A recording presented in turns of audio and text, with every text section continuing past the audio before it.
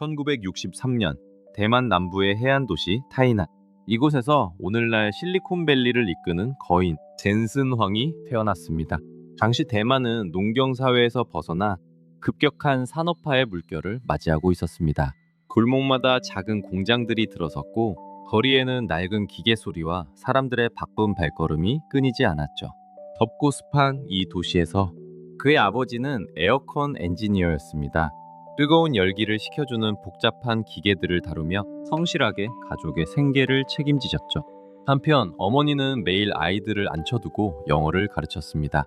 언어가 가진 힘을 누구보다 잘 알고 계셨던 겁니다. 비록 평범한 가정이지만 부모님의 시선은 늘 바다 넘어 더 넓은 세상을 향해 있었습니다.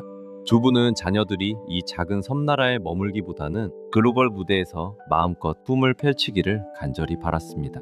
어린 젠슨은 퇴근한 아버지의 곁에서 기계가 작동하는 원리를 유심히 지켜보며 자랐습니다.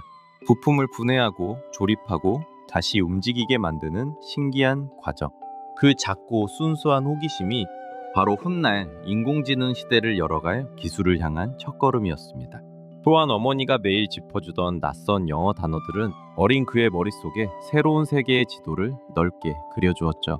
부모님의 헌신적인 교육과 미래를 향한 따뜻한 믿음, 그리고 매일 아침 골목에서 들려오던 활기찬 삶의 소리들. 이 모든 어린 시절의 조각들은 훗날 세상을 뒤바꿀 혁신가로 성장하는 데 있어 아주 깊고 단단한 밑거름이 되어주었습니다. 젠슨 왕이 9살이 되던 해 그의 가족은 아버지를 따라 낯선 땅 태국으로 이주하게 됩니다. 새로운 환경에서의 삶은 설렘과 기대감보다는 커다란 두려움으로 먼저 시작되었습니다. 당시 1970년대 초반의 태국은 잦은 대규모 시위와 폭동이 연일 일어나는 등 정치적으로 매우 혼란스럽고 불안정한 시기였기 때문이죠. 어린 젠슨은 종종 굳게 닫힌 집안의 창문 너머로 거리를 가득 메운 시위대와 군인들이 거칠게 지나가는 모습을 숨죽여 지켜보곤 했습니다. 9살 소년의 눈에 비친 창밖의 세상은 언제 무슨 일이 터질지 모르는 너무나 예측 불가능하고 위험천만한 곳이었습니다. 밤낮으로 들려오는 소란스러운 밖의 소음과 팽팽한 긴장감은 가족들의 평범한 일상마저 앗아갔습니다. 아이들의 안전과 더 나은 미래를 무엇보다 최우선으로 생각했던 부모님은 뜬 눈으로 밤을 지새우며 고심한 끝에 결국 중대한 결단을 내리게 됩니다. 더 이상 이 불안한 도시에 어린 아이들을 둘 수 없다고 판단한 것이죠. 그래서 젠슨과 그의 형을 태국에서 아주 멀리 떨어진 미국 워싱턴주에 살고 있는 친척 집으로 먼저 피난시키듯 떠나보내기로 결정합니다.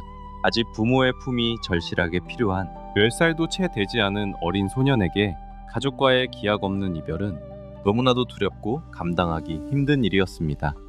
하지만 쫓기듯 떠나야 했던 이 슬프고도 갑작스러운 미국행은 훗날 젠슨 왕의 인생 궤적을 완전히 뒤바꿔 놓을 거대한 변화의 진짜 서막이 되었습니다. 미국이라는 거대한 낯선 땅에 처음 발을 내디뎠을 때 어린 형제는 분명 새로운 세상에 대한 부푼 꿈을 안고 있었을 것입니다. 하지만 그들을 기다리고 있던 현실은 기대와는 너무나도 달랐습니다. 미국 사정에 밟지 못했던 친척의 작은 오해로 인해 형제는 켄터키주 오나이다에 위치한 한 기숙학교에 입학하게 됩니다. 겉보기엔 평범한 학교 같았지만 실상은 전혀 달랐습니다. 그곳은 전국 각지에서 모여든 비행 청소년들이 생활하는 일종의 가마원과도 같은 거칠고 험악한 곳이었죠. 영어를 거의 하지 못했던 9살 아시아계 작은 소년에게 그곳에서의 하루하루는 말 그대로 생존을 위한 투쟁이었습니다. 어린 젠슨에게 매일 주어진 일과는 남들이 기피하는 화장실 청소였습니다. 기숙사 방 안에서도 결코 긴장을 늦출 수 없는 환경이었고 말이 통하지 않는 거친 아이들 사이에서 스스로를 지키기 위해 어떻게든 강해져야 했습니다. 부모님의 따뜻한 품을 그리워하며 매일 밤 기숙사 창밖을 보며 삼켰을 외로움은 상상조차 하기 힘듭니다. 하지만 놀랍게도 이 척박하고 가혹한 환경은 어린 그를 결코 무너뜨리지 못했습니다. 남들이 꺼리는 굳은 일을 묵묵히 해내며 오히려 어떠한 시련 속에서도 버텨내는 강인한 내면을 단련시키는 계기가 되었습니다. 화장실 바닥을 닦던 그 거친 현실 속에서 그는 세상을 굳세게 살아가는 생존 본능을 온몸으로 배우고 있었던 겁니다. 오나이다. 심내 학교에서의 생활은 어린 젠슨에게 결코 만만치 않았습니다. 그곳은 일반적인 학교라기보다는 꽤나 거친 환경의 기숙시설에 가까웠죠. 학교 측은 학생들에게 매일 강도 높은 노동을 배정했습니다. 젠슨이 맡은 일은 기숙사 화장실의 변기를 청소하는 것이었습니다. 아직 9살밖에 되지 않은 어린 소년이 감당하기에는 육체적으로나 심리적으로 너무나 고된 일과였습니다. 하지만 젠슨은 단 한 번도 불평하지 않았습니다. 그저 매일 묵묵히 차가운 타일 바닥을 닦으며 자신의 역할을 해냈죠. 문제는 고된 노동뿐만이 아니었습니다. 기숙사에는 체격이 크고 거친 불량 학생들도 많았습니다. 말도 잘 통하지 않는 작고 여린 동양인 소년이 그들 사이에서 살아남기란 쉬운 일이 아니었습니다. 이때 젠슨은 자신만의 영리한 생존 방식을 찾아냅니다. 무력으로 맞서는 대신 자신의 똑똑한 머리를 활용하기로 한 겁니다. 그는 덩치 큰 형들의 어려운 숙제를 도와주기 시작했습니다. 공부를 가르쳐주고 과제를 해결해주면서 그들에게 반드시 필요한 존재가 된 것이죠. 자신의 가치를 증명함으로써 스스로를 방어하는 법을 터득한 셈입니다. 아무리 불리하고 열악한 조건 속에서도 결코 포기하지 않고 끈질기게 상황에 적응해내는 이 놀라운 능력.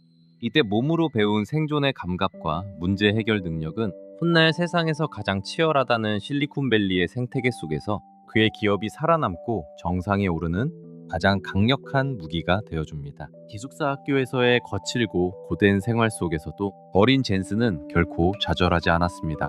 오히려 그는 자신만의 확실한 탈출구를 찾아냈죠. 그것은 바로 스포츠, 그 중에서도 특히 탁구였습니다.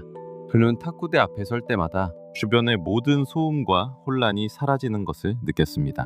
작은 공이 매트를 넘어가는 찰나의 순간, 그 숨막히는 랠리가 이어질 때면 그는 완벽한 몰입의 세계로 빠져들었습니다. 젠슨은 단순히 취미로 탁구를 즐기는데 그치지 않았습니다. 수많은 대회에 출전하며 자신을 한계까지 밀어붙였죠. 혹독한 훈련을 거듭한 끝에 15세 때는 전미 챔피언십에 출전할 만큼 비상한 재능을 증명했습니다. 이 치열한 과정에서 그는 누구보다 강한 집중력과 결코 포기하지 않는 지독한 승부욕을 길렀습니다. 상대방의 미세한 움직임을 미리 예측하고 눈 깜짝할 사이에 빠르게 반응해야 하는 탁구.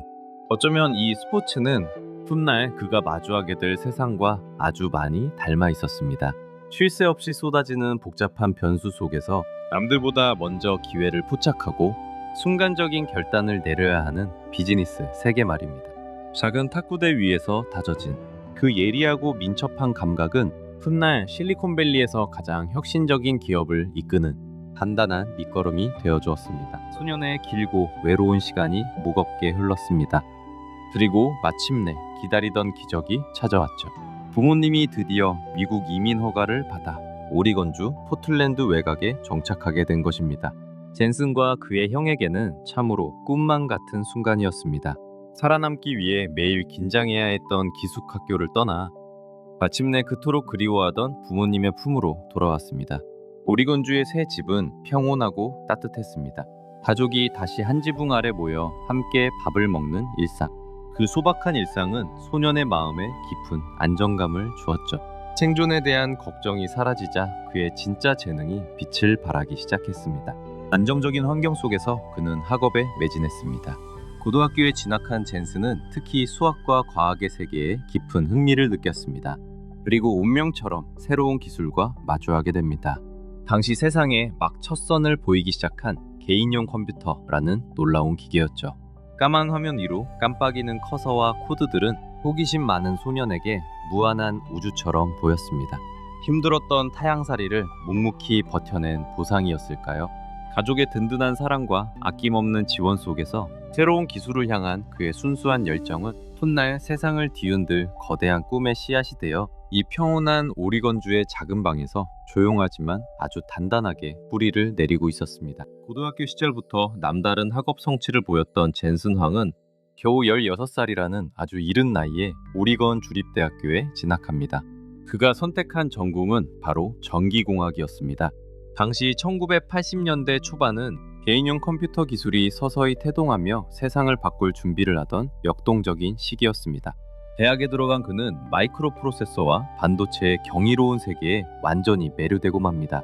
맨눈으로는 보이지도 않을 만큼 아주 미세한 실리콘 회로들이 얽히고 설켜서 이 거대한 세상을 움직이는 복잡한 논리를 만들어낸다는 사실은 호기심 많은 어린 공학도의 가슴을 몹시 뛰게 만들었죠. 그는 두꺼운 전공 서적을 파고들며 강의실과 실험실을 오가며 밤낮 없이 공부에 매달렸습니다.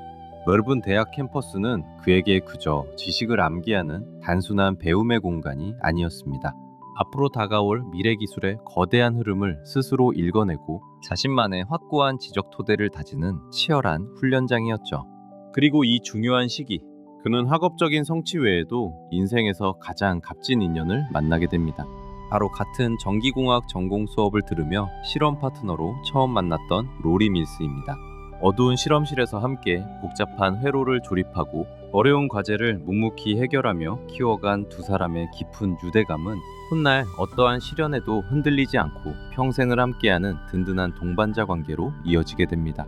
16 어린 나이에 호기롭게 시작했던 이 대학 생활은 훗날 인공지능 시대를 이끌어갈 엔비디아라는 거대한 꿈을 잉태하는 아주 조용하지만 가장 강력한 출발점이 되었습니다. 대학 시절 그는 밤낮을 가리지 않고 좁은 실험실에 틀어박혀 있었습니다. 눈앞에 놓인 복잡한 회로 기판과 씨름하며 수많은 밤을 하얗게 지새웠죠. 어두운 실험실 안에는 납대 많은 냄새와 기계가 돌아가는 낮은 옹웅거림만이 가득했습니다.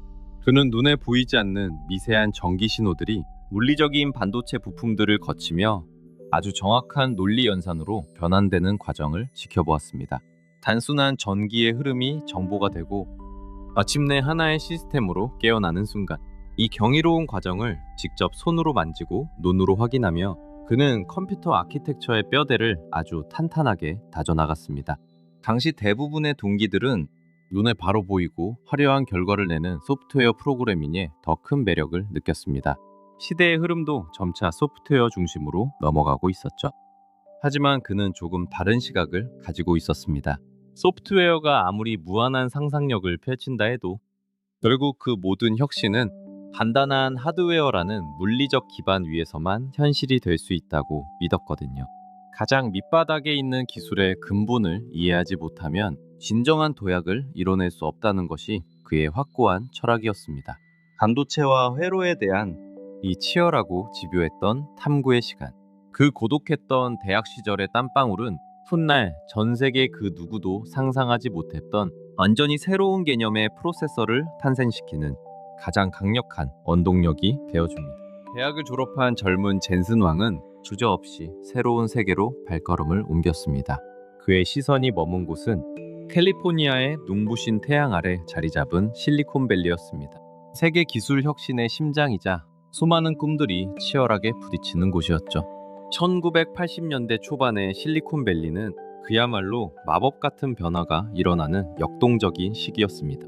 개인용 컴퓨터라는 거대한 혁명이 막 폭발하듯 시작되고 있었거든요. 허름한 차고에서 밤낮 없이 새로운 기계들이 조립되고 세상을 완전히 뒤바꿀 아이디어들이 매일같이 쏟아져 나왔습니다. 미세한 반도체 칩 하나가 세상을 바꾸는 가슴 벅찬 시대의 서막이었죠. 이 거대한 혁신의 용광로 속에서 그는 자신의 잠재력을 마음껏 시험해보고 싶었습니다. 강의실에서 배우던 지식들이 눈앞의 현실로 구현되는 광경은 그에게 신선한 충격이자 강력한 동기부여였습니다. 전 세계에서 몰려든 천재 엔지니어들과 야심찬 창업가들이 뿜어내는 열기는 젊은 젠슨 왕의 심장을 요동치게 만들기에 충분했습니다. 물론 경쟁은 숨막힐 듯 치열했습니다. 하지만 그만큼 준비된 자에게는 무한한 기회가 열려있는 공간이기도 했죠. 그는 결코 두려워하지 않았습니다. 오히려 그 뜨거운 혁명의 소용돌이 한가운데로 기꺼이 자신의 온몸을 던지기로 결심합니다. 자신이 갈고 닦은 지식과 뜨거운 열정이 이 거대한 시대의 물결 속에서 과연 어떤 기적을 만들어낼지 스스로 증명해 보이고 싶었던 겁니다. 스탠퍼드 대학원을 졸업한 직후 그는 세계 기술의 중심지인 실리콘밸리의 뜨거운 현장으로 주저없이 뛰어들었습니다. 당시 업계에서 가장 혁신적인 행보를 보이던 AMD와 LSI 로직 같은 선도적인 반도체 기업에서 마이크로 프로세서 설계자로서 자신의 첫 커리어를 시작하게 된 것이죠. 이곳 연구실에서의 시간은 그에게 단순한 직장 생활 그 이상이었습니다. 밤낮을 가리지 않고 칩 디자인의 복잡한 공정과 씨름하며 수백만 개의 트랜지스터가 집적된 대규모 회로를 직접 도면에 그리는 그야말로 피와 땀이 섞인 귀중한 실무 경험을 폭넓게 쌓아나갔습니다. 하지만 그는 단지 모니터 앞에 훌륭한 엔지니어에만 머물고 싶지 않았습니다. 자신이 공들여 설계한 기술이 비즈니스 관점에서 어떻게 제품으로 포장되고 어떤 험난한 과정을 거쳐서 실제 소비자들의 손에 닿는 시장에 출시되는지, 그리고 쟁쟁한 경쟁사들 틈에서 어떻게 살아남고 우위를 점하는지 유심히 관찰했습니다. 실리콘밸리 기업들 특유의 숨막히게 치열한 개발 속도와 한치 앞을 알 수 없는 시장의 요구를 어떻게든 조율해내는 의사결정 과정들은 그에게 교과서에서는 배울 수 없는 날것의 비즈니스 감각을 심어주었습니다. 이 모든 생생한 현장에서의 치열했던 경험들은 훗날 그가 스스로 세계적인 기업을 세우고 이끄는 리더로 성장할 때 가장 튼튼한 밑거름이자 예리한 기업가적 안목이 되어주었습니다. 엔지니어로서의 차가운 정교함과 비즈니스맨으로서의 뜨거운 직관이 바로 이 시기에 완벽하게 하나로 융합되기 시작했던 것입니다. 젠슨 왕은 탄탄한 기업에서 뛰어난 능력을 인정받았습니다. 동료들에게 신뢰받는 엔지니어로서 어쩌면 안정적이고 성공적인 커리어를 계속 이어갈 수도 있었죠. 하지만 그의 내면 깊은 곳에는 지금의 자리에 안주할 수 없다는 강렬한 갈증이 자리 잡고 있었습니다. 1990년대 초반, 개인용 컴퓨터 시장이 막 대중화되던 그 시기에 대부분의 사람들은 컴퓨터를 문서 작성이나 단순 계산 도구라고만 생각했습니다. 화면은 주로 텍스트로 채워져 있었고 아주 단순한 그래픽만을 그려내는 수준에 머물러 있었죠. 젠슨 왕은 이런 제한적인 컴퓨팅 환경이 머지않아 거대한 한계에 부딪힐 것이라고 직감했습니다.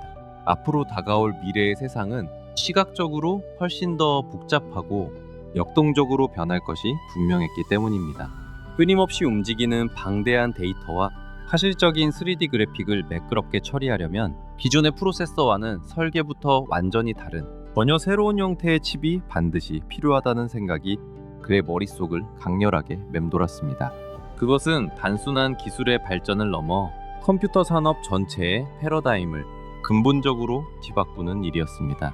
남들이 아직 보지 못한 이 거대한 시대의 흐름을 그 누구보다 먼저 스스로 주도하고 싶다는 뜨거운 열망. 주어진 환경에서 일하는 훌륭한 엔지니어를 넘어 자신의 혁신적인 비전을 세상에 직접 구현해 내겠다는 창업의 꿈은 그렇게 그의 마음속에서 서서히 하지만 아주 단단하게 구체화되기 시작했습니다. 1993년 캘리포니아 산호세의 한 평범한 데니스 식당. 그곳의 구석진 부스 자리에 3명의 엔지니어가 마주 앉았습니다. 젠슨 왕과 크리스 말라초스키 그리고 커티스 프리엠이었습니다. 주변은 접시 달그락거리는 소리와 사람들의 대화로 꽤나 소란스러웠죠. 하지만 이 세 사람의 몰입을 방해할 수는 없었습니다. 그들은 싸구려 커피를 끊임없이 리필해가며 다가올 컴퓨팅의 미래에 대해 열띤 토론을 벌였습니다. 당시 PC 시장은 여전히 검은 화면에 텍스트만 깜빡이는 지루한 인터페이스가 주류를 이루던 시절이었습니다. 하지만 이들은 완전히 다른 세상을 머릿속에 그리고 있었죠. 앞으로는 비디오 게임과 화려한 시각적 애플리케이션이 컴퓨팅의 폭발적인 수요를 견인할 것이라고 확신했습니다. 이래의 컴퓨팅 환경은 단순한 계산을 넘어 3D 그래픽을 기반으로 완전히 재편될 것이라는 비전이었습니다. 이 거대한 비전을 설명하기 위해 누군가 테이블 위에 있던 종이 냅킨을 집어들었습니다. 그들은 펜을 꺼내 냅킨 위에 복잡한 아이디어와 수식들을 끄적이기 시작했습니다. 그 얇고 보잘것없는 냅킨 한 장이 세상을 바꿀 새로운 그래픽 처리 장치의 첫 설계도가 된 셈이죠. 안정적인 직장을 뒤로하고 불확실한 미래에 모든 것을 걸기로 한 그날 밤, 식당의 소음 속에서 탄생한 이들의 무모한 결의는 훗날 인공지능 시대를 지배할 거대한 제국의 가장 위대한 신호탄이 되었습니다. 그들은 결국 안정적인 직장을 과감히 그만두었습니다. 그리고 각자의 모든 저축을 끌어모아 드디어 자신들만의 회사를 설립하게 됩니다. 회사의 이름은 엔비디아였습니다. 이는 라틴어로 부러움을 뜻하는 단어 인비디아에서 영감을 받은 것이었죠. 세상이 부러워할 만한 압도적인 칩을 만들겠다는 포부였습니다. 하지만 그들의 첫 시작은 이름처럼 화려하지만은 않았습니다. 첫 사무실은 실리콘밸리 외곽의 아주 작고 허름한 공간이었습니다. 에어컨조차 제대로 나오지 않아 여름이면 숨이 막힐 듯 더웠죠. 비좁은 책상 위에는 늘 뜨거운 납땜 도구와 어지러운 전선들이 산더미처럼 널려 있었습니다. 3명의 창업자는 이 비좁은 방에서 밤낮을 가리지 않고 연구에 매달렸습니다. 그들의 목표는 단 하나였습니다. 아무도 시도조차 하지 않았던 크고 복잡한 3D 가속기를 개발하는 것. 당시로서는 무모해 보일 정도로 엄청난 연산 능력을 요구하는 작업이었습니다. 수많은 시행착오가 반복되었고 실패의 쓴맛도 여러 번 보아야만 했습니다. 하지만 그 허름한 사무실 안에는 미래를 향한 맹렬한 열정이 가득 채워져 있었습니다. 세상 모든 PC에 3D 그래픽을 심겠다는 그들의 진짜 여정이 시작된 것입니다. 1995년 엔비디아는 마침내 첫 번째 결과물을 세상에 선보입니다. 바로 NB1이라는 이름의 야심찬 멀티미디어 칩이었습니다. 그래픽과 오디오 그리고 게임 포트까지 이 모든 기능을 단 하나의 칩에 통합하겠다는 정말 혁신적인 시도였죠. 당시 젠슨 황과 창업자들은 이 제품의 성공을 굳게 믿었습니다. 하지만 그들의 단단했던 기대는 곧 무참히 깨지고 맙니다. 엔비디아는 당시 남들과는 다른 독자적인 그래픽 방식을 고집했습니다. 바로 사각형 폴리곤 기술을 채택했던 것인데요. 자신감 넘쳤던 이 선택은 너무나도 치명적인 패착이 되어 돌아왔습니다. 얼마 지나지 않아 IT 업계의 절대적인 거인 마이크로소프트가 삼각형 폴리곤 기반의 다이렉트X를 윈도우의 표준으로 발표해버린 것입니다. 게임 개발의 룰이 하루아침에 완전히 바뀌어버린 순간이었습니다. 결국 퓨준에서 밀려난 MV1은 시장에서 철저하게 외면받고 말았습니다. 아무도 엔비디아의 독자적인 칩을 사려고 하지 않았죠. 가파르게 성장할 줄 알았던 회사의 자금은 급격히 바닥을 드러냈습니다. 사무실의 분위기는 얼어붙었고 당장의 생존조차 장담할 수 없게 되었습니다. 창업의 부푼 꿈을 안고 야심차게 내놓은 첫 번째 제품이 오히려 회사를 파산이라는 벼랑 끝으로 무자비하게 몰아넣고 만 것입니다. 고산 위기에 처한 젠슨 황은 일본의 게임 거물인 세가와의 차세대 콘솔 칩 개발 계약에 회사의 모든 운명을 걸었습니다. 이 프로젝트는 엔비디아의 유일한 구명줄이었습니다. 하지만 개발이 한창 진행되던 어느 날 젠슨은 뼈아픈 진실을 마주하게 됩니다. 자신들이 고집해온 사각형 폴리곤 기술이 결국 시장에서 완전히 도태될 잘못된 방향이라는 사실을 깨달은 것이죠. 이대로 가면 세가의 콘솔도 엔비디아도 모두 실패할 것이 뻔했습니다. 그는 도쿄로 날아가 세가의 경영진을 마주했습니다. 그리고 정말 솔직하게 자신들의 실패를 인정했습니다. 우리의 기술 방향은 틀렸고 이대로라면 세가도 위험해진다고 말이죠. 사실상 계약을 포기하겠다는 선언이었습니다. 하지만 젠슨은 곧이어 대담하고도 필사적인 부탁을 덧붙였습니다. 우리가 회사를 유지하고 올바른 칩을 만들 수 있도록 제발 개발 자금은 그대로 유지해달라고 말입니다. 상식적으로 말도 안 되는 부탁이었지만 놀랍게도 세가의 경영진은 젠슨의 정직함과 열정을 믿고 이를 수락해 주었습니다. 기적적으로 당장의 파산은 면했지만 현실은 여전히 냉혹했습니다. 남은 자금으로 회사를 살리기 위해 젠슨은 전체 직원의 절반 이상을 해고해야만 했습니다. 자신을 믿고 밤낮 없이 일해온 동료들을 떠나보내며 그는 리더로서 가장 고통스러운 눈물을 삼켜야 했습니다. 이 잔혹했던 구조조정은 훗날 엔비디아가 다시 일어서기 위한 쓰라리지만 필연적인 밑거름이 되었습니다. 회사 금고에 남은 자금으로는 길어야 6개월을 버틸 수 있었습니다. 말 그대로 파산 직전이었죠. 이 짧은 시간 안에 완벽한 칩을 만들어내지 못하면 엔비디아의 역사는 거기서 끝날 상황이었습니다. 벼랑 끝에선 절박함 속에서 젠슨 황과 엔비디아의 모든 엔지니어들은 사활을 걸었습니다. 남은 모든 역량과 에너지를 오직 하나의 목표에 쏟아부었죠. 그렇게 탄생한 역작이 바로 엔비디아의 운명을 바꾼 그래픽칩 리바 128이었습니다.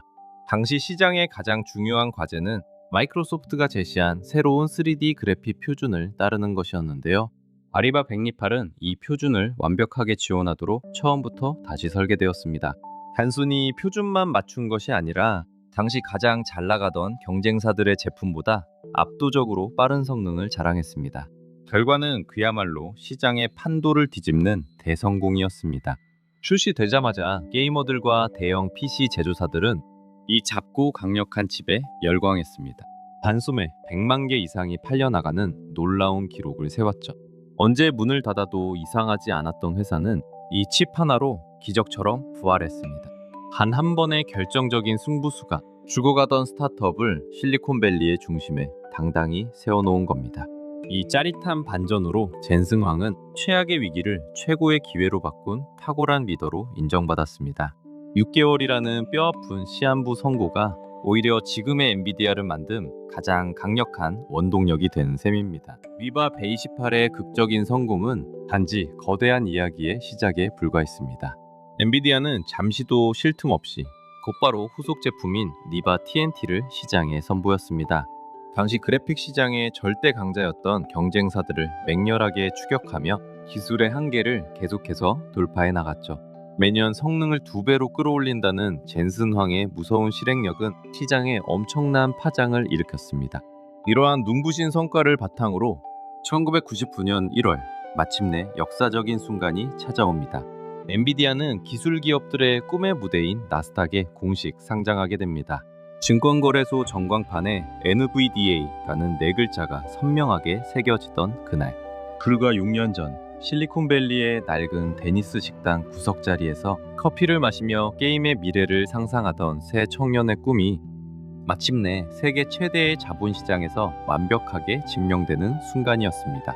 상장 첫날부터 시장의 반응은 뜨거웠고 주가는 곧바로 급등했습니다. 이제 엔비디아는 이름 없는 벤처기업이 아니라 실리콘밸리를 대표하는 메이저 기업으로 당당히 발돋움했습니다. 하지만 젠슨황에게 상장이라는 성공은 결코 종착지가 아니었습니다. 그는 축배를 드는 대신 시장에서 확보한 이 막대한 자본을 어떻게 사용할지 고민했습니다. 그의 머릿속에는 단순한 그래픽 칩을 넘어선 더 크고 대담한 기술적 도약이 자리 잡고 있었죠. 그것은 곧 등장하게 될 GPU라는 완전히 새로운 개념이었습니다. 세상을 바꿀 거대한 비전을 향해 엔비디아의 진짜 승부는 이제 막 닻을 올리고 있었습니다. 성공적인 기업 공개 이후 실리콘밸리의 많은 사람들은 엔비디아가 이제 안정적인 궤도에 올랐다고 평가했습니다. 그동안의 치열했던 경쟁에서 살아남았으니 이제는 축배를 들며 한숨 돌려도 되겠다고 생각했을지 모릅니다.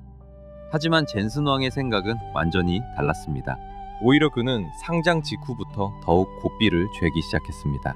그는 실리콘밸리라는 무대가 얼마나 냉혹한 곳인지 뼈저리게 알고 있었습니다. 기술 업계에서는 한 번의 큰 성공이 내일의 몰락을 결코 방어해주지 못합니다. 아차하는 순간 이름조차 남기지 못하고 사라져간 수많은 기업들을 그는 똑똑히 지켜보았습니다. 그래서 그는 직원들을 향해 조금은 섬뜩할 수 있는 말을 늘 강조했습니다. 우리는 항상 명심해야 합니다. 파산까지 단 30일만이 남아있을 뿐이라는 것을요. 이 극단적인 메시지는 단순한 겁주기가 아니었습니다. 경쟁자들보다 항상 한 발 앞서 생각하고 어제보다 더 나은 혁신을 오늘 만들어내야 한다는 간절한 주문이었습니다. 이 철저한 위기의식은 곧 엔비디아를 관통하는 가장 핵심적인 기업 문화로 자리 잡았습니다. 회사가 수만 명의 직원을 거느린 거대 기업으로 성장한 이후에도 마찬가지였습니다. 그들은 덩치 큰 대기업들이 흔히 빠지기 쉬운 관료주의와 나태함에 결코 굴복하지 않았습니다. 오히려 갓 창업한 스타트업 특유의 민첩성과 절박함을 놀라울 정도로 유지해냈죠. 그들에게 혁신은 어쩌다 한번 보여주는 특별한 이벤트가 아니었습니다. 마치 살아남기 위해 매일 숨을 들이마시고 내쉬는 것처럼 지극히 당연한 일상이 되어야만 했습니다. 파산을 눈앞에 둔 것 같은 팽팽한 긴장감과 몰입, 안주하기를 거부했던 이 치열한 시간들이 모여 지금의 막강한 제국을 건설하는 튼튼한 뼈대가 되었습니다. 1999년 말 컴퓨터 산업의 흐름을 완전히 뒤바꿀 아주 중요한 제품이 등장합니다. 바로 엔비디아의 지포스 250이었습니다. 이때 엔비디아는 세상에 처음으로 아주 낯선 단어 하나를 제시하는데요. 바로 CPU, 즉 그래픽 처리 장치라는 개념이었습니다. 이전까지 우리가 쓰던 그래픽 카드들은 사실상 컴퓨터의 메인 두뇌인 CPU를 그저 보조하는 역할에 불과했습니다. 그래픽 요소의 뼈대를 잡고 계산하는 복잡한 일은 모두 CPU가 도맡아 해야 했고, 그래픽 칩은 그저 화면에 색을 칠하는 정도의 수동적인 작업만 처리했죠. 하지만 엔비디아가 새롭게 정의한 GPU는 그 태생부터가 완전히 달랐습니다. 복잡한 3차원 입체 기하학 연산과 물체에 빛이 반사되는 정교한 광원 효과까지 칩 하나가 독립적으로 처리할 수 있도록 설계되었습니다. 이 하드웨어 기반의 혁신적인 기술 도입은 그래픽 처리라는 막중한 연산 부담에서 CPU를 완전히 해방시켜 주었습니다. 그 결과 개발자들은 더 복잡하고 화려한 3D 세계를 자유롭게 창조할 수 있게 되었죠. 단순한 화면 표시 보조 장치가 스스로 생각하고 연산하는 또 하나의 강력한 두뇌로 진화한 것입니다. 지포스 이버469의 탄생은 당시 컴퓨터 그래픽의 수준을 단숨에 차원이 다른 영역으로 끌어올렸습니다.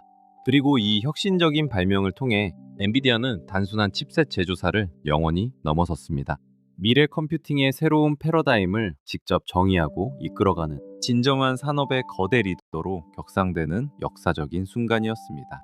2000년대에 접어들면서 전 세계 PC 게임 산업은 그야말로 전례 없는 폭발적인 호황을 맞이하게 됩니다.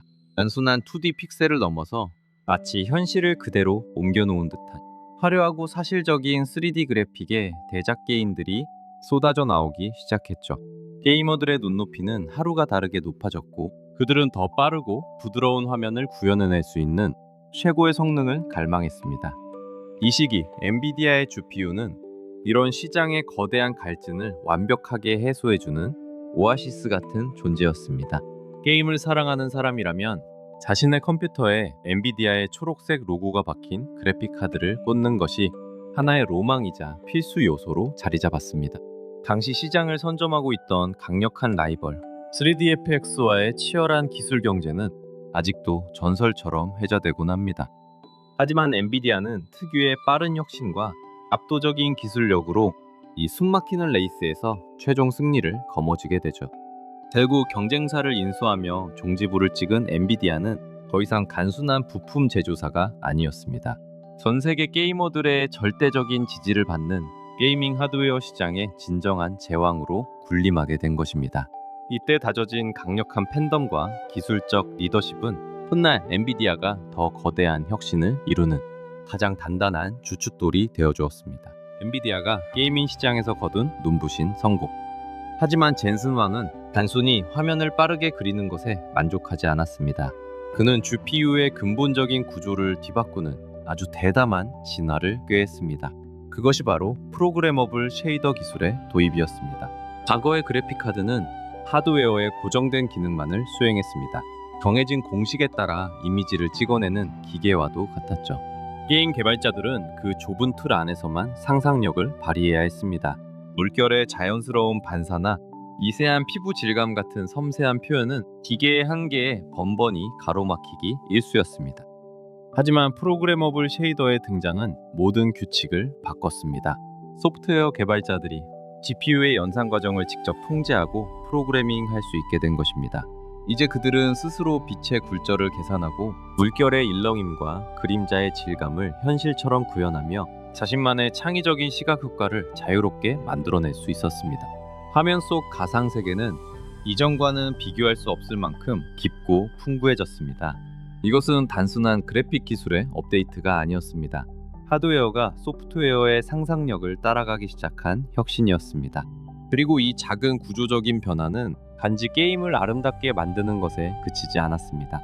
훗날 GPU가 그래픽 처리를 넘어 다양한 범용 연산을 수행하는 강력한 컴퓨팅 엔진으로 거듭나게 만드는 결정적인 철학적 전환점이 되었습니다. 2006년 젠슨 왕은 회사의 명운을 건 또 다른 거대한 도박을 시작합니다. 바로 쿠다, 즉 쿠다 플랫폼의 발표였습니다. 당시 컴퓨터 업계에서 GPU는 그저 화면에 그래픽을 예쁘게 그리는 단순한 부품에 불과했습니다. 하지만 젠슨 왕은 이 작은 칩 안에 담긴 수천 개의 코어가 가진 진정한 잠재력을 보았습니다. 이 강력한 병렬 처리 능력을 게임이 아니라 복잡한 수학 계산에 쓸 수 있다면 어떨까?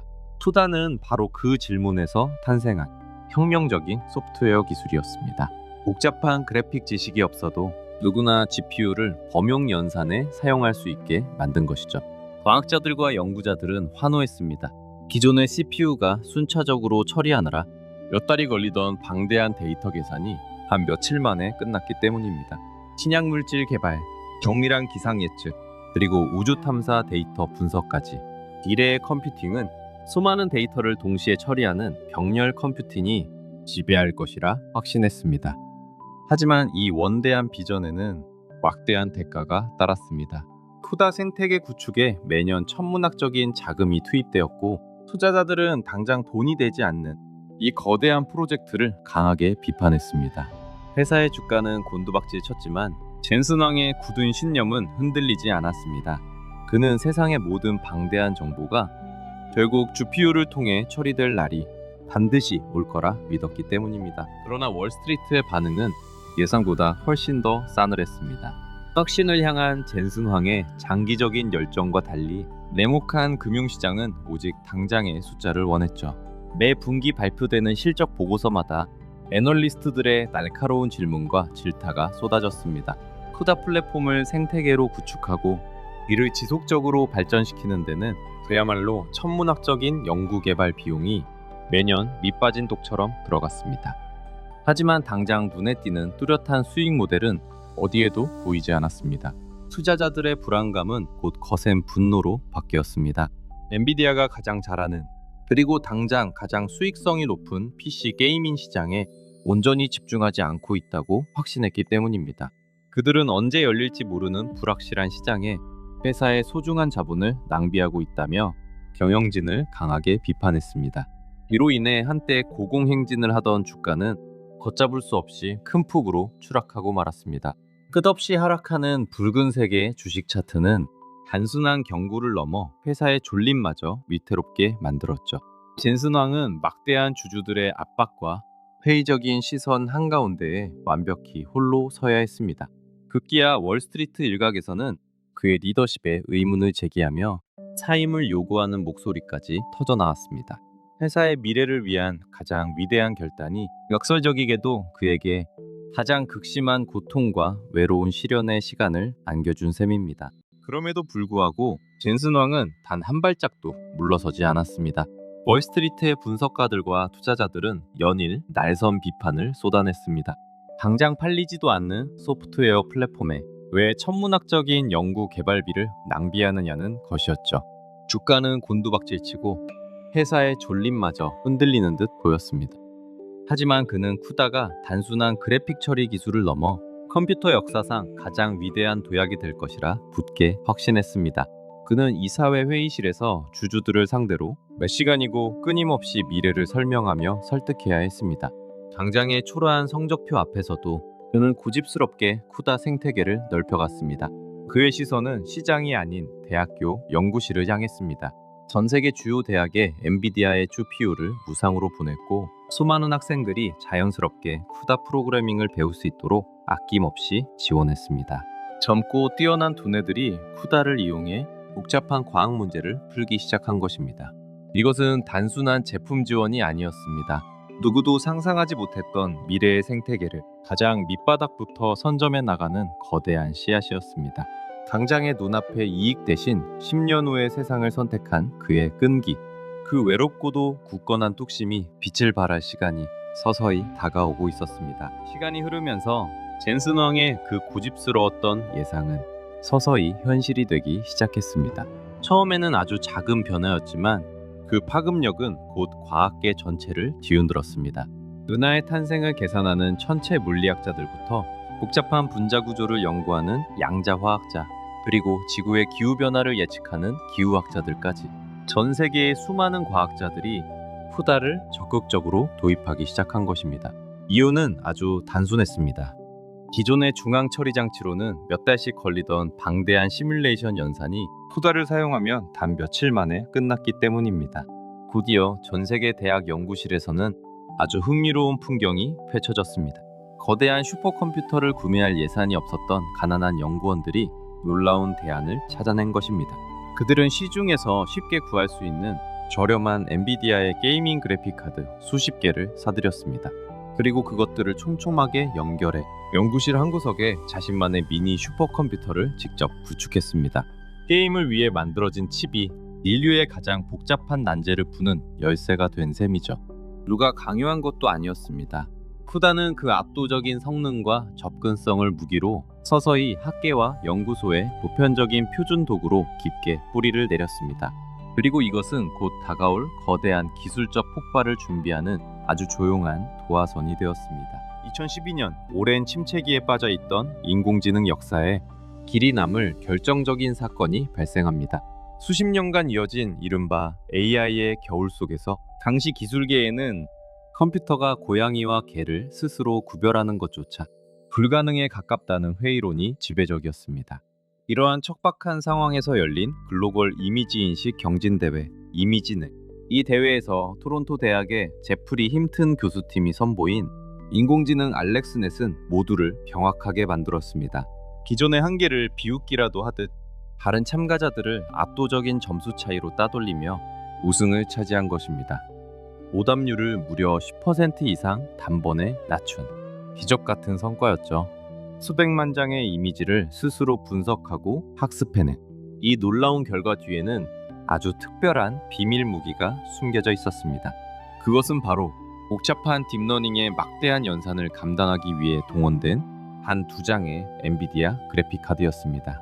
과거에는 몇 달이 걸려도 시도조차 어려웠을 거대한 데이터 학습을 CPU의 탁월한 병렬 처리 능력을 이용해 한 며칠 만에 끝내버린 것입니다.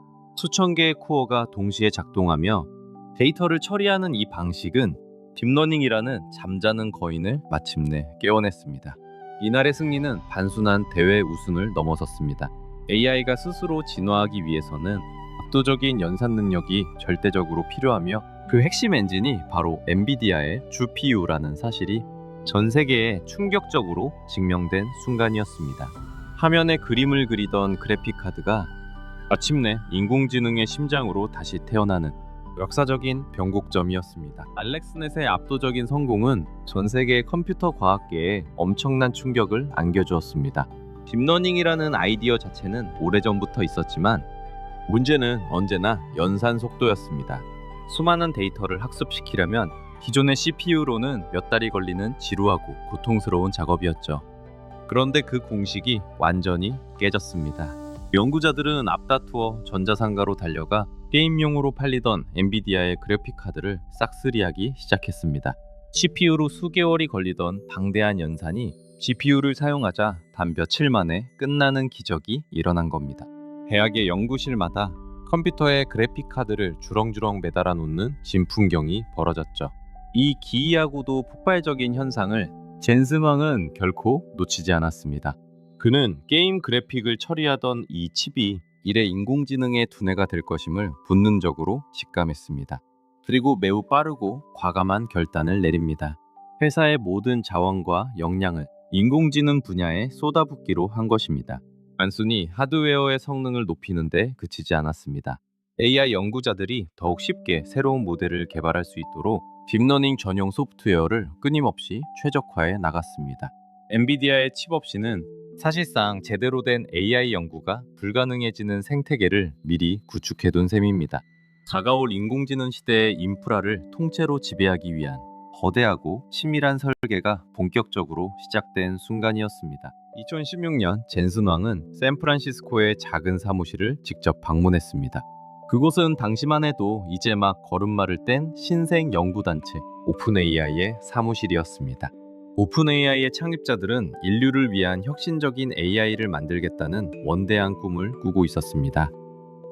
하지만 그 꿈을 현실로 만들기 위해서는 도저히 감당하기 힘든 엄청난 컴퓨팅 파워가 필요했죠. 그들에게는 기적이 필요했습니다. 바로 그때 젠슨 황이 구원투수처럼 등장한 것입니다. 그의 손에는 세계 최초의 단일 박스형 AI 슈퍼컴퓨터 DGX-1이 들려 있었습니다. 그는 이 특별한 기계 겉면에 직접 축하의 메시지와 서명을 남겼습니다. 그리고 일론 머스크와 샘 올트먼 등에게 이를 선물로 전달했죠. 이 장비는 그야말로 괴물 같은 성능을 자랑했습니다. 기존에는 수백 대의 서버를 복잡하게 연결해야만 가능했던 방대한 연산 작업을 이 단 하나의 기계가 압도적인 속도로 처리해낼 수 있었으니까요. 오픈AI의 연구진은 이 슈퍼컴퓨터를 통해 한계 없이 상상력을 펼칠 수 있게 되었습니다. 이들은 이 거대한 연산 능력을 바탕으로 세상을 뒤흔들 생성형 AI 모델들을 훈련시키기 시작했습니다. 오늘날 전 세계를 놀라게 한 인공지능 혁명은 어쩌면 젠슨 왕이 서명한 이 작은 상자에서부터 본격적으로 시작되었는지도 모릅니다. 하드웨어의 제왕과 소프트웨어의 개척자가 손을 맞잡은 이 순간은 기술의 역사를 바꾼 가장 상징적인 운명의 날로 기억되고 있습니다. 그리고 2022년 11월 마침내 세상이 영원히 바뀌는 순간이 찾아옵니다. 오픈 AI가 챗GPT를 대중에게 공개한 것입니다. 단 5일 만에 100만 명의 사용자를 끌어모은 이 사건은 기술의 역사를 새로 쓰는 기점이 되었습니다.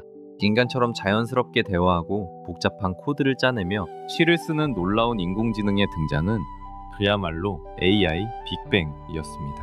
전 세계가 이 경이로운 마법에 열광하고 있을 때 무대 뒤에서는 완전히 다른 광경이 펼쳐지고 있었습니다. 그 마법을 현실로 만든 거대한 물리적 엔진, 바로 수만 개의 엔비디아 A100 GPU가 뿜어내는 뜨거운 열기였습니다. 보이지 않는 거대한 데이터 센터 안에서 엔비디아의 칩들은 쉬지 않고 방대한 데이터를 연산하고 있었죠. 챗 GPT의 폭발적인 성공을 목격한 글로벌 빅테크 기업들은 그야말로 생존을 건 비상이 걸렸습니다. 구글, 메타, 아마존 같은 거인들이 앞다투어 자신들만의 생성형 AI 개발에 뛰어들었습니다. 이 거대한 인공지능 전쟁에서 승리하기 위한 유일한 무기는 예외 없이 엔비디아의 최첨단 AI 칩이었습니다. 수천억 원을 들여서라도 칩을 먼저 확보하는 것이 기업의 존망을 결정하는 시대가 열린 겁니다. 이제 엔비디아는 단순한 반도체 회사가 아닙니다. 인공지능이 새로운 시대의 석유라면 엔비디아는 그 석유를 시추할 유일한 장비를 독점한 기업이 되었습니다. 전 세계의 자본과 미래가 엔비디아를 향해 쏟아지기 시작했습니다. 전 세계적인 AI 반도체 품귀 현상. 그 중심에서 엔비디아의 실적은 그야말로 상상을 초월하는 속도로 치솟기 시작했습니다. 생성형 AI 시대가 본격적으로 막을 올리면서 글로벌 빅테크 기업들은 앞다투어 엔비디아의 칩을 싹쓸이했습니다. 천문학적인 비용이 들었지만 칩을 구하지 못해 미래 경쟁에서 뒤처지는 것에 대한 공포가 훨씬 더 컸기 때문입니다. 분기마다 발표되는 실적은 시장의 가장 낙관적인 예상치마저 매번 가볍게 뛰어넘는 거대한 어닝, 서프라이즈의 연속이었죠. 월가 전문가들의 예측 모델은 이 폭발적인 성장 속도를 따라잡지 못해 번번이 빗나갔습니다. 월스트리트의 수많은 투자자들은 엔비디아 주식을 한 주라도 더 담기 위해 치열하게 몰려들었고 화면 속 주가 차트의 곡선은 마치 로켓처럼 수직으로 상승했습니다. AI 가속기 시장 점유율 80% 이상.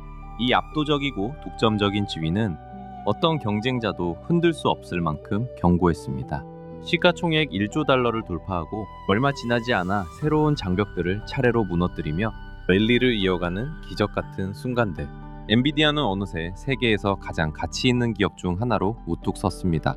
수십 년 전 식당의 허름한 식탁 위 냅킨에 그려졌던 새 청년의 작은 스타트업 아이디어가 이제는 전 세계 자본시장을 쥐락펴락하고 인류의 미래 기술을 결정짓는 거대한 권력으로 탈바꿈한 것입니다. 이것은 단순한 주가 상승이 아닙니다. 새로운 시대의 주도권이 누구에게 있는지를 명확히 보여주는 역사적인 장면이었습니다. 2023년 5월 뉴욕 증권거래소의 전광판에 전 세계 금융시장을 뒤흔드는 역사적인 숫자가 새겨졌습니다. 엔비디아의 시가총액이 마침내 1조 달러의 벽을 돌파한 순간이었습니다. 이른바 1조 달러 클럽은 애플과 마이크로소프트 그리고 알파벳 등 소수의 거대한 플랫폼 기업들만이 독차지하던 영역이었습니다. 반도체 기업이 이곳에 당당히 이름을 올린 건 역사상 최초의 대기록이었습니다. 이 엄청난 도약과 함께 젠슨 왕 개인의 자산 역시 천문학적으로 불어났습니다. 그는 단숨에 세계 최고의 부호 반열에 오르며 화려한 스포트라이트를 받았습니다. 하지만 쏟아지는 찬사와 열광적인 환호 앞에서도 그의 태도는 놀라울 만큼 차분했습니다. 수많은 언론이 이를 두고 하루아침에 이루어진 기적이라고 극찬할 때 그는 단호하게 고개를 저으며 이렇게 회상했습니다. 이 엄청난 숫자는 결코 갑자기 하늘에서 떨어진 행운이 아니었습니다. 아무도 그래픽칩의 미래를 믿지 않았을 때 그 가능성에 모든 것을 걸었고 회사가 파산할 뻔한 위기를 수없이 넘기며 버텨온 지난 날들이 있었습니다. 무려 30년이라는 긴 세월 동안 오직 가속 컴퓨팅이라는 한 우물만을 묵묵히 파온 지독한 끈기의 결과였죠. 수없이 많은 뼈아픈 실패를 딛고 일어선 끝에 마침내 거두어들인 세상에서 가장 눈부시고 값진 열매였습니다. 오늘날 엔비디아의 진정한 무대는 우리가 흔히 쓰는 개인용 PC가 아닙니다. 지구상에서 가장 거대하고 복잡한 연산이 밤낮 없이 쉴 새 없이 이루어지는 곳, 바로 수많은 클라우드 데이터 센터의 어둡고 거대한 내부 공간입니다. 구글, 아마존, 그리고 마이크로소프트가 전 세계 곳곳에 구축하고 있는 축구장 몇 배 크기의 거대한 서버 농장들을 상상해 보십시오. 그 차가운 기계실 안에는 수십만 개의 엔비디아 칩들이 혈관처럼 촘촘하게 얽혀 있습니다. 이들은 단순한 하드웨어 부품이 아니라 서로의 연산력을 극대화하며 인류 역사상 가장 거대한 인공 두뇌를 형성하고 있습니다. 불과 10여 년 전까지만 해도 이 거대한 데이터 센터의 심장 역할을 하던 것은 인텔로 대표되는 전통적인 중앙 처리 장치, 바로 CPU의 몫이었습니다. 하지만 인공지능 시대가 요구하는 연산의 규모가 기하급수적으로 폭발하면서 상황은 완전히 달라졌습니다. 장대한 데이터를 한 번에 병렬로 처리할 수 있는 엔비디아의 그래픽 처리 장치, 즉 GPU가 데이터 센터 인프라의 핵심을 차지하게 된 것입니다. 이는 단순히 서버의 부품 하나가 교체된 가벼운 사건이 아닙니다. 수십 년간 이어져 온 컴퓨팅 아키텍처의 권력이 완전히 다른 방향으로 이동했음을 의미하는 역사적이고 상징적인 변화입니다. 그들은 이제 칩을 파는 회사를 넘어 전 세계 데이터 인프라의 표준 그 자체가 되었습니다. 압도적인 1위의 자리에 올랐음에도 엔비디아의 시계는 멈추지 않았습니다. 오히려 그들은 더 깊은 가속 페달을 밟았습니다. 그 결과물이 바로 호퍼 아키텍처, 그리고 이를 기반으로 한 H100 칩입니다. 이 작은 실리콘 조각은 전세대 모델보다 무려 최대 30배 나빠른 처리 속도를 뿜어냅니다. 단순한 숫자 노름이 아닙니다. 거대한 언어 모델을 학습시키기 위해 수개월이 걸리던 작업을 단 며칠 만에 끝낼 수 있게 만든 마법이었죠. 호퍼의 등장은 시장의 판도를 다시 한번 뒤흔들었습니다. 물론 경쟁자들도 가만히 있지는 않았습니다. 글로벌 빅테크 기업들과 수많은 반도체 라이벌들이 엔비디아의 독주를 막겠다며 자체적인 AI 칩 개발에 뛰어들었죠. 마치 거대한 반도체 전쟁이 시작된 것 같았습니다. 하지만 엔비디아 주변에는 너무도 깊고 넓은 해자가 파여 있었습니다. 바로 압도적인 하드웨어 성능과 수십 년간 쌓아 올린 강력한 쿠다 소프트웨어 생태계의 결합입니다. 수백만 명의 전 세계 개발자들은 이미 쿠다라는 언어에 너무나도 익숙해져 있었고, 이 거대한 생태계를 벗어나는 것은 결코 쉬운 일이 아니었죠. 젠슨 왕은 언제나 말합니다. 우리는 늘 30일 뒤면 망할 수 있다는 생각으로 일한다고요.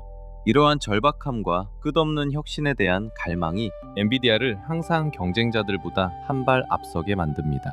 그들은 이미 호퍼를 넘어 또 다른 차원의 다음 세대 아키텍처를 선보일 준비를 마쳤습니다.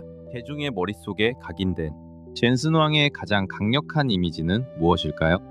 아마도 단정하게 차려입은 정장이 아니라 늘 친숙하게 걸치고 있는 검은색 가죽 자켓일 겁니다.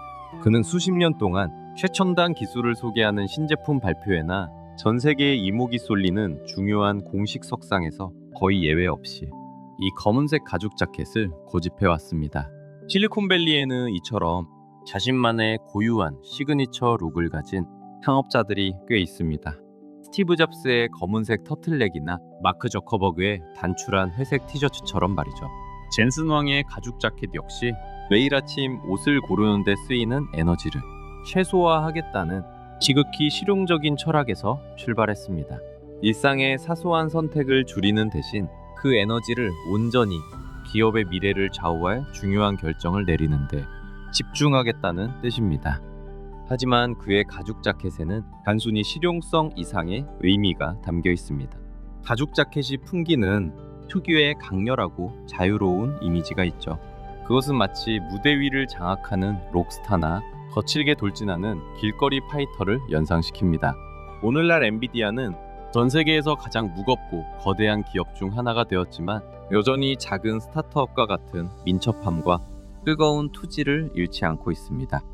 결국 젠슨 왕의 가죽 자켓은 전류주의에 얽매이지 않고 늘 혁신의 최전선에서 싸우겠다는 그와 엔비디아의 식지 않는 영혼을 보여주는 가장 완벽한 상징인 셈입니다. 엔비디아는 현재 전 세계에서 가장 거대한 기업 중 하나입니다.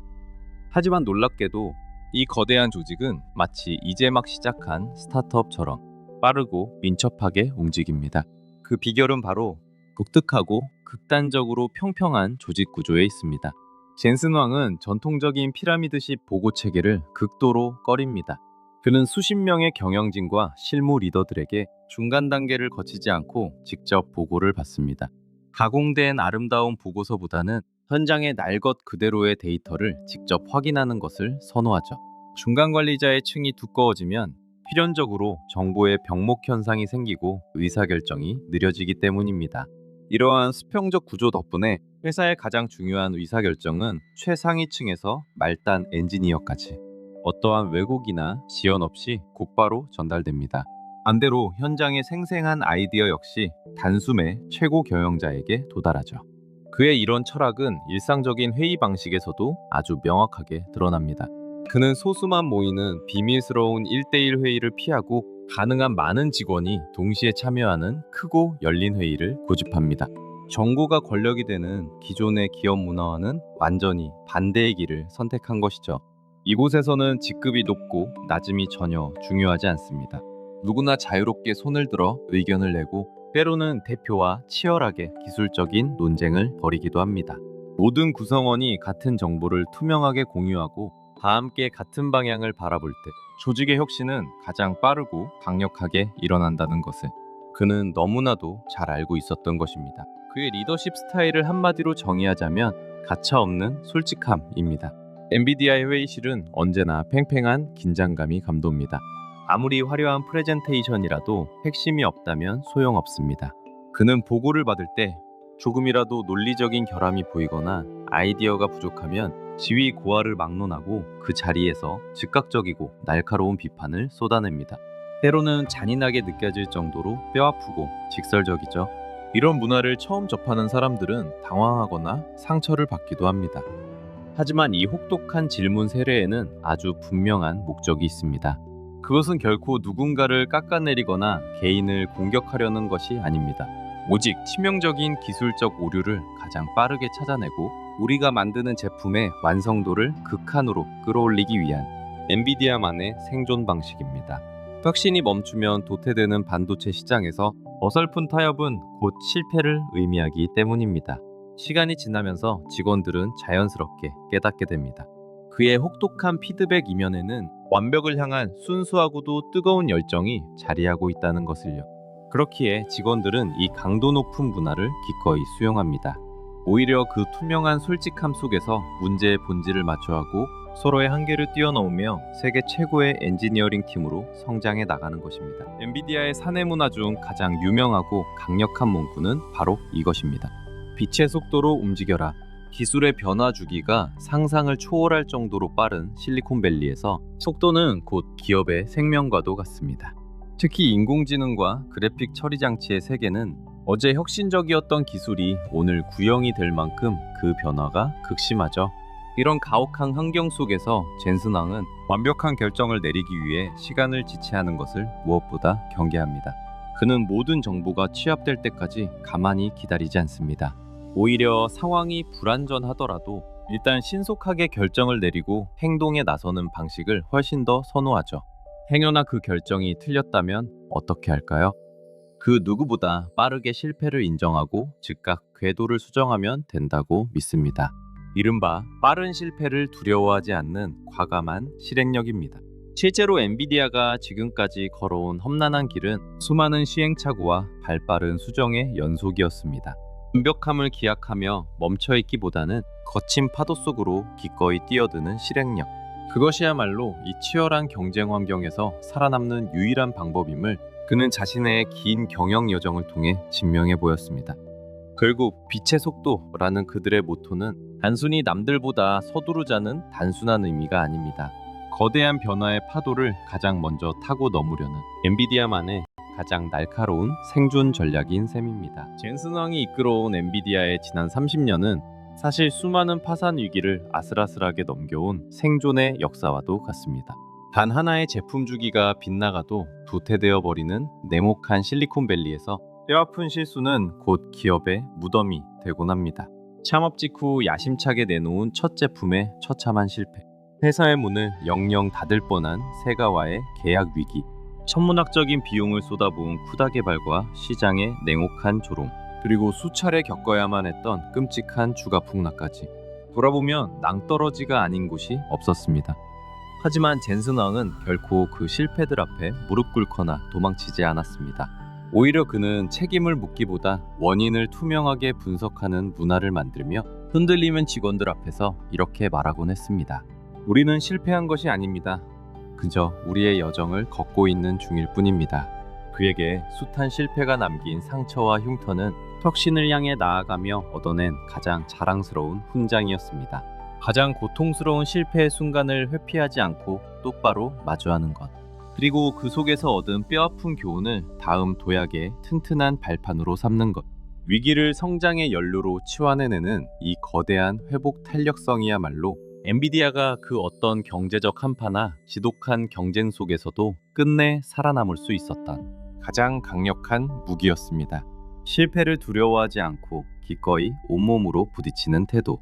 그것이 바로 평범한 기업과 위대한 기업을 가르는 가장 큰 차이일 것입니다. 실리콘밸리의 빅테크 업계는 대개 혹독한 실적주의가 판을 칩니다. 성과가 나오지 않으면 가차없이 해고 통보를 받는 것이 어쩌면 당연한 일상처럼 여겨지죠. 하지만 젠슨 왕은 이 냉혹한 업계에서 다소 이례적일 만큼 따뜻한 철학을 구수하고 있습니다. 그는 직원을 해고하는 것을 극도로 싫어합니다. 만약 어떤 직원의 성과가 부족하거나 현재의 업무에 적응하지 못한다면 그는 해고라는 쉬운 선택을 하지 않습니다. 대신 그 직원이 다른 부서에서 새로운 역할을 찾을 수 있도록 끊임없이 기회를 줍니다. 우리가 당신을 채용했을 때는 당신이 충분히 똑똑하고 훌륭한 사람이라고 믿었기 때문입니다. 이것이 그의 기본 전제입니다. 이러한 철학은 과거의 뼈아픈 경험에서 비롯되었습니다. 1990년대 후반, 회사가 파산 위기에 처했을 때 그는 회사를 살리기 위해 전체 직원의 절반 이상을 떠나보내야만 했습니다. 동료들을 자기 손으로 해고해야 했던 그 고통스러운 기억은 그에게 평생 지워지지 않는 상처로 남았습니다. 그 이후로 그는 결심했습니다. 직원들을 단순한 소모품이나 부품으로 대하지 않겠다고 말이죠. 그는 모든 직원을 거대한 비전을 함께 이루어가는 소중한 동반자로 대우합니다. 가족처럼 서로를 끌어안는 이 끈끈한 유대감은 결국 회사 전체의 강력한 조직력으로 되돌아왔습니다. 오늘날 엔비디아가 보여주는 기적 같은 성취의 이면에는 바로 이 깊은 충성심과 믿음이 단단하게 자리 잡고 있습니다. 젠슨 왕의 시선은 이제 단순한 반도체 칩을 넘어 현실과 가상이 완벽하게 동기화되는 새로운 세계를 향하고 있습니다. 그가 꿈꾸는 다음 혁신의 무대는 바로 옴니버스 플랫폼입니다. 옴니버스는 현실 세계의 물리 법칙을 가상 공간에 똑같이 구현하는 거대한 기술입니다. 우리는 이것을 디지털 트윈이라고 부르죠. 과거에는 상상 속에서만 가능했던 일들이 이제 눈앞에 현실이 되고 있습니다. 예를 들어 세계적인 자동차 기업은 현실의 실제 공장을 짓기 전에 가상 공간에서 먼저 공장을 가동해 봅니다. 수많은 로봇의 동선이 엉키지는 않는지, 생산 라인은 효율적으로 돌아가는지 미리 완벽하게 시뮬레이션 하는 겁니다. 막대한 비용과 시간을 절약하고 예기치 못한 오류를 사전에 차단할 수 있죠. 단지 겉모습만 흉내내는 것이 아닙니다. 중력이나 마찰력 같은 현실의 물리 법칙을 그대로 따르기 때문에 가능한 일이죠. 젠슨 왕은 이렇게 확신합니다. 지금까지의 인터넷이 평면의 정보였다면 앞으로의 인터넷은 3D 가상 세계가 될 것이라고요. 우리가 웹사이트를 탐색하듯 미래에는 가상 공간 속으로 직접 걸어 들어가게 될 것입니다. 이 기술은 거대한 공장을 넘어 지구 전체의 기후를 예측하는 프로젝트로 거침없이 확장되고 있습니다. 가상의 지구를 만들어 기상이변과 자연재해를 미리 대비하는 거대한 비전입니다. 과거 게임 그래픽을 그리던 회사가 이제는 현실 세계를 렌더링하고 있는 셈입니다. 반도체 칩에서 출발했던 엔비디아는 이제 인류가 새로운 차원의 세계를 짓도록 돕는 거대한 인프라 기업으로 진화하고 있습니다. 젠슨 황이 인공지능의 잠재력이 가장 극적으로 빛을 발할 것이라고 굳게 믿는 분야가 있습니다. 바로 의료와 생명과학입니다. 우리 인체의 생물학적 데이터는 상상을 초월할 정도로 방대하고 복잡합니다. 엔비디아는 생물학을 거대한 정보과학으로 접근하며 디지털 생물학이라는 새로운 지평을 열어가고 있습니다. 과거에는 이 거대한 퍼즐을 푸는데 엄청난 시간이 필요했죠. 하지만 이제 엔비디아의 강력한 컴퓨팅 파워가 그 한계를 깨트리고 있습니다. 초당 수조 번의 연산을 처리하는 GPU는 인간의 DNA 구조를 정밀하게 분석하고 질병의 근본적인 원인을 파악하는 데 적극적으로 사용되고 있습니다. 가장 놀라운 변화는 바로 신약 개발 분야에서 일어나고 있습니다. 새로운 약을 하나 개발하려면 수많은 후보 물질을 탐색하느라 보통 10년 이상의 긴 세월과 막대한 비용이 필요했습니다. 하지만 최근 속속 등장하고 있는 바이오 생성형 AI 모델들은 이 지루한 탐색 과정을 단 몇 주일로 획기적으로 단축시켜줍니다. 연구자들은 물리적인 실험실의 시험관 대신 가상의 시뮬레이션 공간에서 수억 개의 화합물을 순식간에 테스트할 수 있게 되었습니다. 단백질의 3차원 구조를 예측하고 약물이 어떻게 작용할지 컴퓨터 속에서 미리 실험해 보는 것이죠. 젠슨 황의 비전은 단순히 기술의 발전을 넘어섭니다. 그는 컴퓨팅 기술이 인류의 생명을 연장하고 언젠가 불치병을 완전히 정복하는데 가장 강력하고 중요한 도구가 될 것이라고 굳게 믿고 있습니다. 그리고 그 위대한 꿈은 이미 현실이 되어가고 있습니다. 이제 인공지능은 우리가 보는 모니터 화면을 벗어났습니다. 데이터의 바다를 헤엄치던 AI가 드디어 현실 세계의 물리적 법칙과 상호작용하기 시작한 것이죠. 젠슨 황은 이 변화를 아주 명확하게 예견했습니다. 머지않아 자율주행 자동차와 휴머노이드 로봇이 우리 일상의 풍경을 완전히 바꿔놓을 것이라고 말입니다. 도로 위를 달리는 자율주행차를 생각해 볼까요? 엔비디아의 차량용 반도체는 그 자체로 강력한 두뇌입니다. 수많은 센서가 받아들이는 방대한 도로의 변수들을 1초에도 수십 번씩 실시간으로 인지하고 판단하죠. 이는 단순한 연산을 넘어 생명과 직결되는 아주 중요한 움직임입니다. 그리고 이 혁신은 자동차에서 멈추지 않습니다. 엔비디아의 가상 훈련장에서는 지금 이 순간에도 놀라운 일이 벌어집니다. 차세대 로봇들이 수백만 번 넘어지고 다시 일어서기를 반복하며 스스로 학습하고 있죠. 현실에서 겪을 수 있는 모든 시행착오를 가상세계에서 미리 경험하는 겁니다. 그렇게 똑똑해진 지능형 로봇들은 조만간 공장과 병원 그리고 우리 집 안으로 들어올 것입니다. 우리는 지금 기계가 스스로 생각하고 물리적으로 움직이는 새로운 시대의 출발선에 서 있습니다. 물리적 세계를 이해하는 인공지능. 이것이 바로 젠슨 황이 그리는 가장 확실한 미래입니다. 매년 열리는 엔비디아의 기술 컨퍼런스 GTC의 무대는 단순한 기업 행사가 아닙니다. 마치 전 세계 기술의 향방을 결정짓는 거대한 락 콘서트와도 같죠. 수천 명의 개발자와 투자자들이 모인 거대한 체육관. 실내 조명이 서서히 어두워지고 웅장한 음악과 함께 환호성이 터져 나오면 어김없이 검은 가죽 자켓을 입은 젠슨 황이 무대 위로 걸어 나옵니다. 그는 거대한 스크린 앞을 자유롭게 오가며 청중들과 시선을 맞추고 호흡을 나눕니다. 그의 손에는 복잡하고 육중한 최신 반도체 칩이 들려있지만 그의 입에서 나오는 이야기는 차갑고 딱딱한 기계어가 아닙니다. 수십억 개의 트랜지스터가 얽힌 복잡한 구조나 난해한 수학적 알고리즘의 원리를 그는 누구나 고개를 끄덕일 수 있는 매력적인 스토리텔링으로 마법처럼 풀어냅니다. 가장 어려운 기술의 언어들이 그의 열정적인 목소리를 거치면 곧바로 우리 삶을 놀랍게 변화시킬 마법의 주문처럼 변모하죠. 청중들은 마치 흥미진진한 영화를 보듯 숨을 죽이고 그의 말에 빠져듭니다. 그렇기에 그의 기조연설은 단순히 더 빠르고 좋은 신제품의 성능을 과시하는 자리가 아닙니다. 다가올 인공지능이 우리의 평범한 일상을 어떻게 바꿀 것인지, 그리고 이 거대한 기술 혁명이 인류를 어떻게 진보시킬 것인가에 대한 가슴 벅찬 철학적 선언문에 가깝습니다. 흰 조명이 비추는 이 거대한 무대 위에서 그는 단순히 숫자를 말하는 최고 경영자가 아닙니다. 아직 오지 않은 미래의 비전을 눈앞의 현실로 생생하게 그려내는 우리 시대 최고의 이야기꾼으로서 사람들의 마음을 완벽하게 사로잡고 있습니다. 실리콘밸리에는 하나의 불문율처럼 여겨지는 공식이 있습니다. 작은 차고에서 기발한 아이디어로 시작해 투자를 받고 회사를 키운 뒤 결국엔 노련한 전문 경영인에게 자리를 물려주는 것이죠. 회사의 덩치가 커질수록 창업자의 열정만으로는 감당하기 벅찬 순간이 오기 때문입니다. 하지만 젠슨 왕의 이야기는 다릅니다.